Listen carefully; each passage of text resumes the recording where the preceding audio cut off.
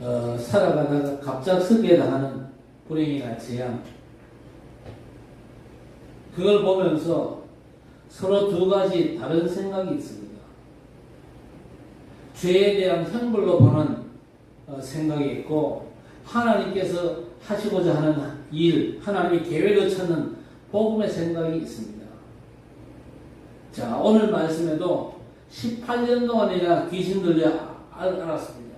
그리고 온몸이 꼬부라져 가지고 펴지 못하고 아주 극심한 고통에 시달리는 한 여자를 보는 두 시각이 11절에 나오죠.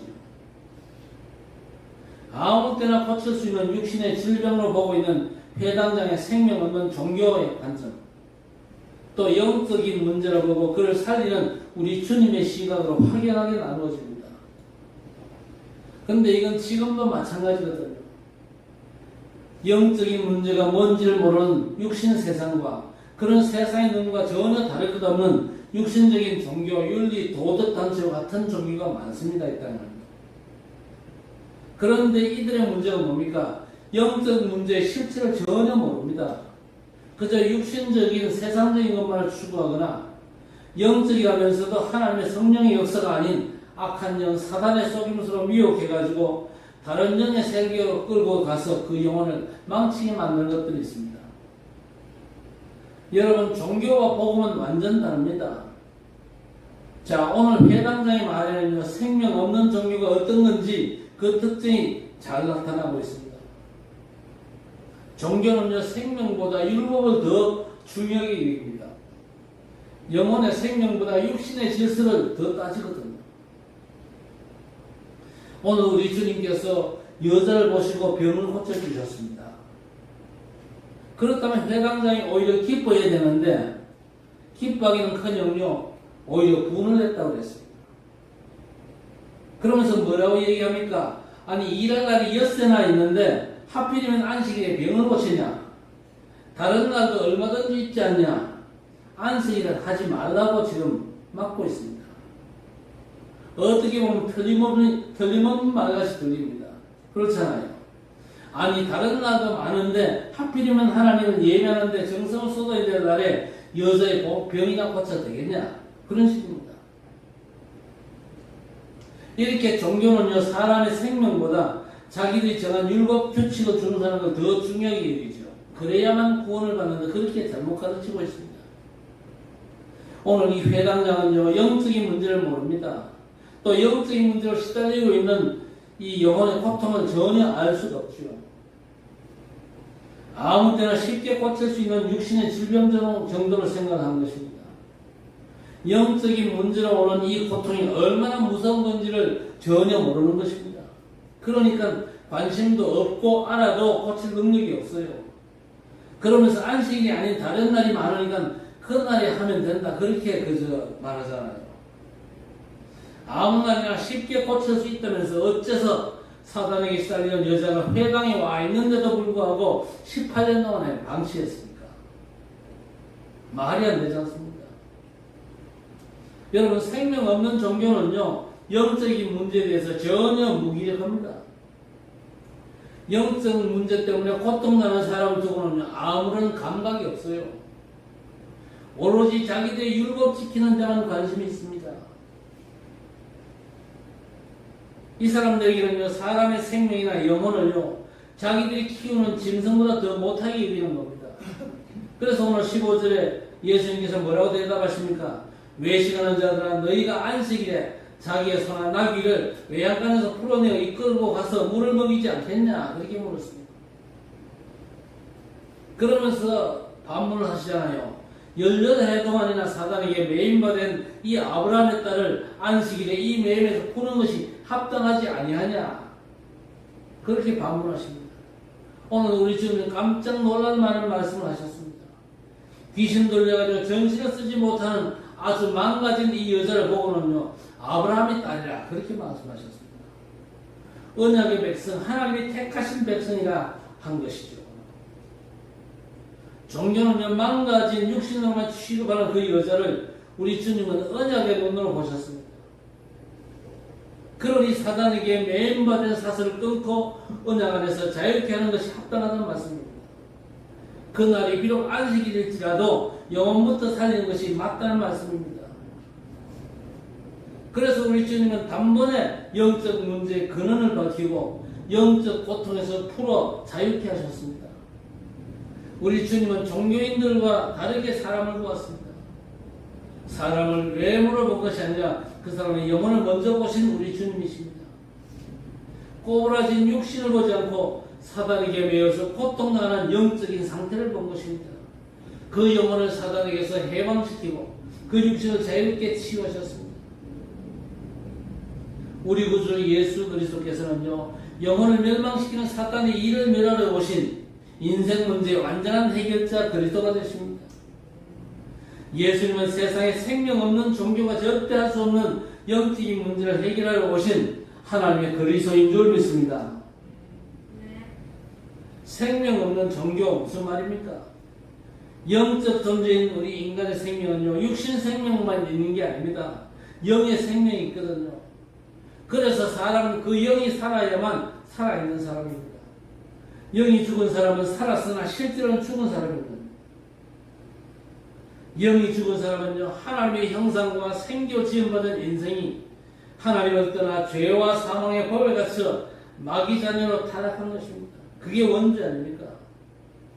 인간은 이 원죄로 죽은 영이고 공중권세자와 사단에게 잡힌 자가 되고 말았던 것입니다. 그래서 종교인은 이 죽은 영을 살리는 하나님의 생명이 없다는 얘기입니다. 그래서 인생의 모든 문제를 해결하신 예수 그리스도의 이 복음과 비교해가지고 종교를 생명 없는 종교라 그렇게 얘기하는 것입니다. 교회 안에서도 생명 없는 종교 생활하면요, 오늘 회당장처럼 바리새인과 율법 교사들처럼 인간이 만든 전통과 규칙에 매달려 복음을 놓치는 것입니다. 종교는요, 생명이 없습니다. 그래서 절대 죽은 영을 살리지 못합니다. 종교는요, 사람의 영이 죽었다는 영적 사실도 모릅니다. 그러니 어떻게 죽은 영을 살리겠습니까? 영적인 문제가 무엇인지 모르고 영적인 문제가 어디서 오는 것인지 원인도 몰라요. 그러니까 당연히 해결할 길도 모르는 것입니다. 영적인 문제도 모르고 원인도 모르면서 해결책이라고 주장하는 건요, 잘못되고 틀린 겁니다. 그래서 세상 종교가 주장하고 강요하는 여러 가지 해결책들은요, 싹 다 틀린 것들입니다. 종교나 삶단체가 주장하는 여러 가지 방법들이 다 그런 거죠. 명상은 자신을 비워야 자유할 수 있다고 강조하잖아요. 나를 비워야 자유할 수 있다고 강조합니다. 그러나 성경은 뭐라 그럽니까? 나를 비우고 깨끗하게 하면요, 7 귀신이 들어와서 이전보다 더 악하게 된다고 말씀합니다. 그리고 자기 속의 것을 개발하면요, 무궁무진한 능력으로 모든 걸 할 수 있다고 가르치는 기운동, 초능력 운동이 있지 않습니까? 결국 나중에는 다른 세계를 얘기하면서 신적 세계를 체험토록 적신 운동을 하잖아요. 영성개발을 우문하면서 온갖 인본주의 시방법을 프로그램을 만들어가지고 미혹을 하거든요. 그러니까 생명 없는 종교가 내세우는 이런 방법들은 영적인 문제를 해결하기는커녕 도리어 영적인 문제를 내면으로 파고들게 만들어가지고 영영 못 빠져나오게 만드는 겁니다. 그래서 세상에 생명 없는 종교는요, 영적인 문제를 양산합니다. 그리고 그 영적인 문제를 이용해가지고 사람의 영혼을 노략질하거든요. 생명 없는 종교는요, 영적인 문제를 생산하는 위장기지입니다. 그래서 지금 온 세계는 영적 질병에 시달리고 있습니다. 앞으로는 점점 심각해질 것입니다. 생명 없는 종교의 후유증들이 많이 일어날 것입니다. 영적 전염병 시대가 오거든요. 이 모든 걸 이용해가지고 하나님의 영에 다른 세계를 모르는 다른 영, 사단의 인도를 받는 자들이 나타나서 활개치는 거짓 영들의 활동이 유행할 것입니다. 이 사람들은 영적 치유를 가정합니다. 그래서 영혼을 노래하는 위장치유 산업이 일어나고 사람들의 재산과 삶까지 지배해야 될 것입니다. 그런 시도에 우리는 절대 속지 말아야 될 것입니다. 종교에는 하나님의 생명이 없거든요. 생명 없는 종교 활동에 절대 미혹되지 말아야 될 것입니다. 진짜 우리가 영적 세계를 체험하고 영적 힘을 얻으려면요, 하나님의 말씀을 가까이 해야 됩니다. 하나님의 말씀 속에서 하나님을 만나고 하나님의 영을 체험해야 될 것입니다. 성령이 아닌 다른 영의 활동을 믿는 자들이 일어나서 세상을 속이려고 하는데 그런 말들을 내세우잖아요. 그래서 하나님께서는 이미 이렇게 말씀을 해놓으셨습니다. 요한일서 4장 1절에 보니까 사랑하는 자들아 영을 다 믿지 말고 오직 영들이 하나님께 속하였나 분별하라. 많은 거짓 선지자가 세상에 나왔습니다. 이로써 너희가 하나님의 영을 알지니 곧 예수 그리스도께서 육체로 오신 것을 시인하는 영마다 하나님께 속한 것이요 예수로 시인하지 아니하는 영마다 하나님께 속한 것이 아니니 이것이 적그리스도의 영이니라 그랬습니다. 오리라 한 말을 너희가 들었거니와 지금 벌써 세상에 있느니라 이렇게 말씀을 했습니다. 지금 세상이 혼란한 이유, 악한 영들이 지금 세상에 와서 세상을 혼란스럽게 만들고 있습니다. 그 악한 영들은요, 일단 예수 그리스도의 성육신을요 부정하게 만듭니다. 예수께서 육신을 입고 이 땅에 오셨다는 사실을 부정하는 모든 활동들이 악령의 활동들입니다. 예수 그리스도께서 육체로 오셨잖아요. 인간의 문제를 해결하기 위해서 예수께서 사람의 몸을 입고 이 땅에 오셨습니다. 그래서 공생애를 지나면서 3년 동안 고난당하시고 결국 십자가에서 우리 죄를 대속하시기 위해서 우리 죄를 대신해서 죽어주셨습니다. 그리고 부활하사 지금도 믿음의 사람들과 영원히 함께 계십니다. 사단을 죽음, 부활로 이기신 왕 대신 예수 그리스도의 영이 없는 영은요 죽은 영이거든요. 거기엔 절대 뭐가 없습니까? 생명이 없습니다. 그러나 우리 하나님은 예수 그리스도 안에서 하나님의 생명과 형상 그리고 그것 다스리는 에덴의 축복을 회복시켜 주신 것입니다. 그래서 예수 그리스도는 모든 문제 해결이시며 모든 것 되시는 겁니다. 그래서 오직 예수 그리스도의 복음으로만 인생의 영적인 문제에 대한 답이 될 수 있는 것이죠.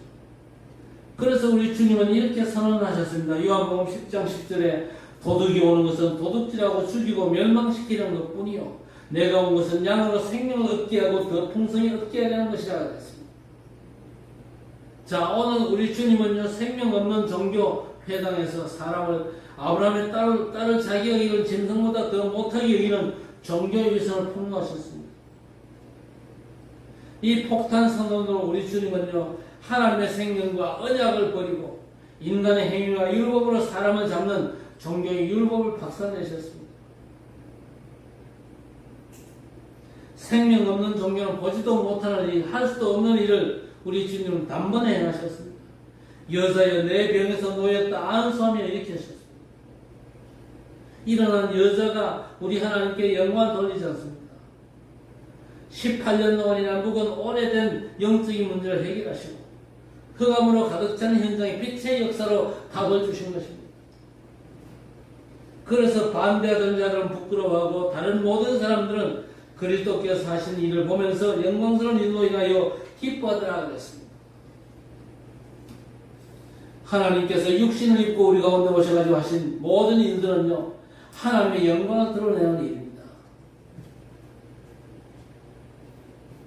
예수께서 그리스도로 사신 영광스러운 일이 뭡니까? 세상의 능력자나 종교가 할 수 있는 일이라면요 영광스러운 일은 아닐 것입니다. 세상에 존재하는 그 어떤 능력자도 할 수 없는 일, 어떤 종교도 하지 못하는 일이라야 우리 하나님께 영광이 돌아갈 수 있는 것이죠. 우리 주님은 육신의 질병도 고치셨습니다. 그리고 수없이 많은 이적도 행하셨습니다. 그러나 그런 일은요 세상도 종교도 병원도 정치도 할 수 있는 일입니다.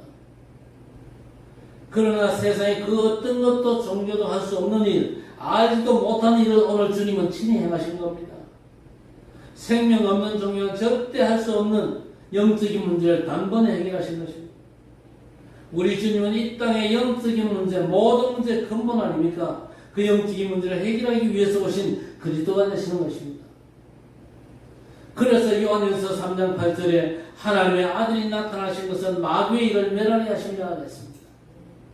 주님은 십자가의 죽으심으로 단번에 죄와 사단의 권세를 꺾으셨습니다. 그 증거로 부활하셔서 지금도 살아 역사하시는 것입니다. 창세기 3장 15절 처음 예언했던 대로 여자의 후손으로 오셔서 뱀의 머리를 박살냈습니다. 약속의 메시아로 오셔서 십자가를 통해서 사단의 권세를 완전히 박살내셨습니다. 이 사실을 믿는 게 너무 중요하지요. 그리고 히브리서 2장 14절 15절 종로하게 만든 마귀를 끊고 해방시키신 것입니다. 십자가에서 마지막 운명하시면서 요한복음 19장 30절에 다 이루었다고 선포하셨습니다. 그래서 그리스도로 하신 예수님의 모든 사역이 전부 다가 영광스러운 하나님의 일인 것입니다. 자, 그 주님께서 믿는 우리에게 친히 사단의 권세를 제압하는 권능을 주셨거든요. 이 사실을 우리가 인정하고 믿어야 될 것입니다. 마가복음 3장 15절에 귀신을 내쫓는 권능도 가지게 하려 하심이라 했습니다. 우리에게 귀신을 내쫓는 권능도 주시는 분이 우리 주님이십니다. 누가복음 10장 19절에도 내가 너희에게 뱀과 전갈을 밟으며 원수의 모든 능력을 제할 권능을 주었으니 너희를 해칠 자가 결코 없으리라 그랬습니다. 로마서 16장 20절에 결정적으로 뭐라고 말씀하십니까? 평강의 하나님께서 속히 사단을 너희 발 아래서 상하게 하시리라 그랬습니다. 완전한 이 권세를 우리에게 주셨단 말이죠. 초대교회 전도제자들은요 그리스도 이름의 권세를 알았습니다. 그리고 기도 가운데 누렸습니다. 흑암이 잡힌 세상에서 그리스도 이름의 권세를 사용했거든요. 사도행전 4장에 성전 민문 앞에 안전벨을 보고 베드로가 뭐라고 했습니까? 베드로가 안전벨을 주목했습니다. 주목하고 우리를 보라 그랬죠. 그러니까 안전벨가 뭘 얻을 수 있을까? 돈 몇 푼에 얻을 수 있을까? 기대에 가득 찬 눈으로 베드로를 쳐다보고 있을 때 베드로가 뭐라고 얘기합니까? 네가 기대하는 은과 금은 내게 없다. 내게 있는 것으로 내게 준다. 나사렛 예수 그리스도의 이름으로 일어나 걸어라 그랬습니다.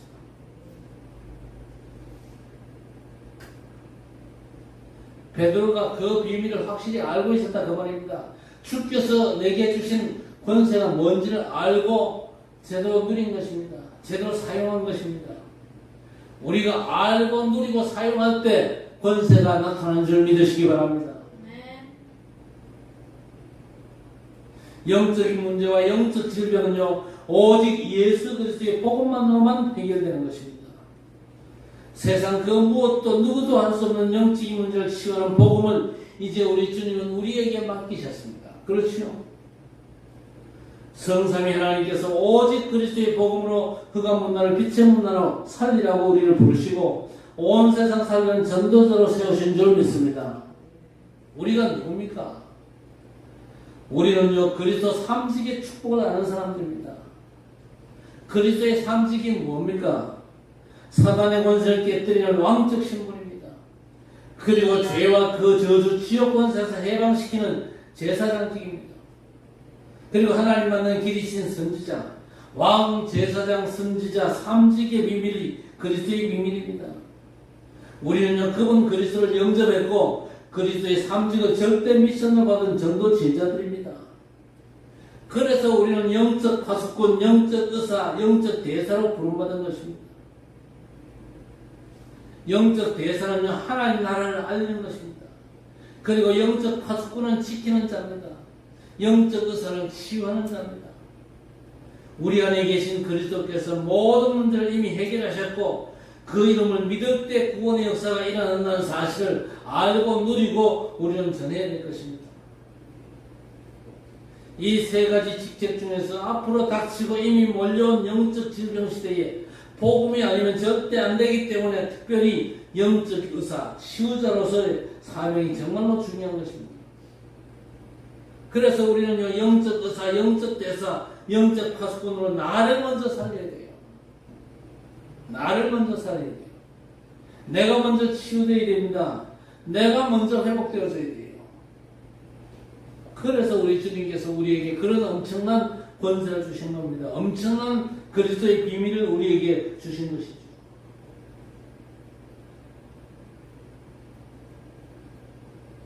나를 먼저 살려야 돼요. 나를 먼저 살리는 것이 뭡니까? 나를 보좌하는 것입니다. 뭘로 보좌하죠? 393 기도로 보좌하는 것입니다. 성삼위 하나님과 하나님이 주시는 오력입니다. 그리고 3생명과 3초월과 3전무후무 보좌의 9가지 축복, 또 하나님께서 열어가실 3시대, 이 속에 내가 있음을 확인하는 것입니다. 성삼위 하나님 역사 보좌의 축복 속에 내가 있다는 사실을 알고 누리는 것이죠. 그리고 우리 현장에 하나님의 나라의 보좌가 임하도록 현장을 보좌화해야 됩니다. 393 기도를 통해서 일과 업과 만남에 하나님의 나라가 임하도록 전달하는 것입니다. 여러분, 기도 중에 제일 큰 기도가 무슨 기도입니까? 중보기도입니다. 지금도 우리를 위해서 중보기도하신 우리 주님과 성령의 역사 속에 내가 들어가는 겁니다. 그래서 중보기도는 반드시 응답되는 것입니다. 그래서 우리는요, 내 주변에 불신자를 놓고 중보기도해야 됩니다. 내 가족 가운데 예수 안 믿는 사람을 놓고 중보기도해야 됩니다. 내 학교에, 내 직장에, 내 사업 현장에 예수 안 믿고 있는 사람을 놓고 진짜 기도해야 됩니다. 저 사람에게 복음이 전해지고, 복음이 전해질 때 저 사람 마음문이 열려가지고 예수님을 구주로 영접할 수 있도록, 그래서 저 사람이 하나님의 자녀가 될 수 있도록 기도하셔야 됩니다. 전도 못해도 기도하셔야 돼요. 중보기도는 반드시 응답되게 되어 있습니다.